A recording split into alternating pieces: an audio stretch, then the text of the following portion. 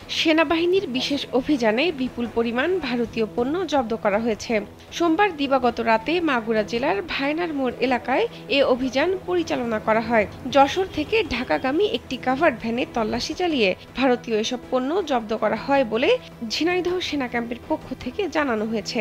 সেনা ক্যাম্পের commander lieutenant colonel গোলাম তৌহিদ আল কিবরিয়া এক সংবাদ বিজ্ঞপ্তিতে এসব তথ্য জানান।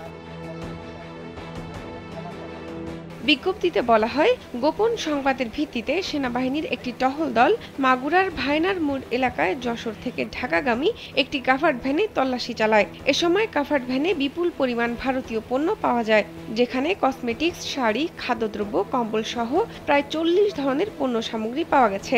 ২৫০টিরও বেশি ডিজাইন অপশন নিয়ে ওয়ালটন স্মার্ট ফ্রিজ, বোঝে আপনার প্রয়োজন।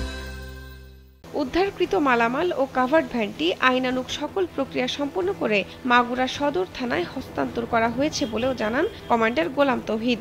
গতকাল রাতে আমরা একটি অভিযান পরিচালনা করি মাগুরা জেলার ভায়না চত্বরে, এবং ওইখানে আমরা বিভিন্ন ধরনের দ্রব্য সামগ্রী উদ্ধার করি। এর মধ্যে উল্লেখযোগ্য বিভিন্ন ধরনের শাড়ি, কসমেটিক্স আইটেম এবং খাবার দাবার। এগুলোর বাজার মূল্য প্রায় ৩০ লক্ষ টাকা। কাভার্ড ভ্যানটিকে আমাদের ঝিনাইদহ আর্মি ক্যাম্পে নিয়ে আসি এবং পুলিশের উপস্থিতিতে আমরা একটি সিজার লিস্ট তৈরি করি।